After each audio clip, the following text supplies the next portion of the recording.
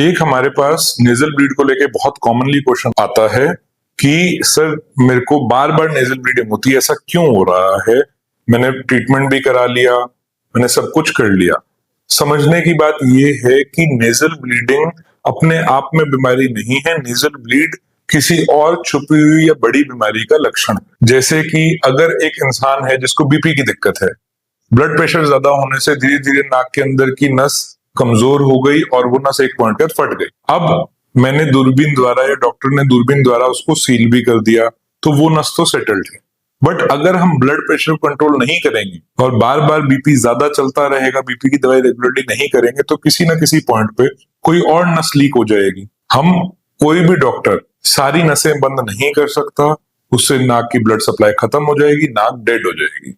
तो वो नहीं करना। हमें सिर्फ जो ब्लीडिंग वेसल है, जहां से एक्टिव ब्लीडिंग आ रही है, जो खराब हो चुकी है, उस चीज को ठीक करना है।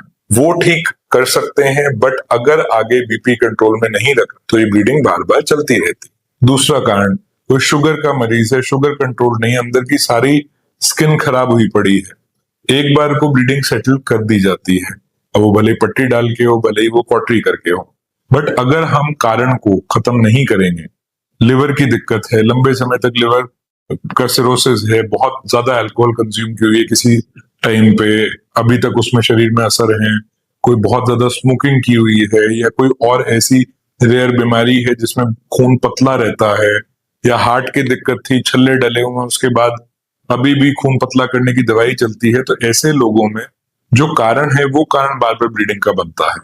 कई बार ड्राइनेस की वजह से होता है। वो बहुत सिंपल इलाज है कि ड्राइनेस है तो नाक में डालने के लिए लिक्विड पैराफिन आती है, वो 2-2 बूंद करके डालते रहिए, उससे नाक में खुश्की बनी रहेगी, ड्राइनेस नहीं होगी और बार बार ब्लीडिंग नहीं होगी। असली बात जो समझने वाली है ये है कि नेजल ब्लीड अपने आप में बीमारी नहीं है, कोई छुपी हुई बीमारी का लक्षण है। तो हमें जब तक बीमारी को नहीं खत्म करेंगे, ये लक्षण बार बार दिखता रहेगा। तो अगर आपको भी बार बार ब्लीडिंग हो रही है तो पहले कारण ढूंढिए, और अगर कारण पता है तो उसका इलाज प्रॉपरली कीजिए।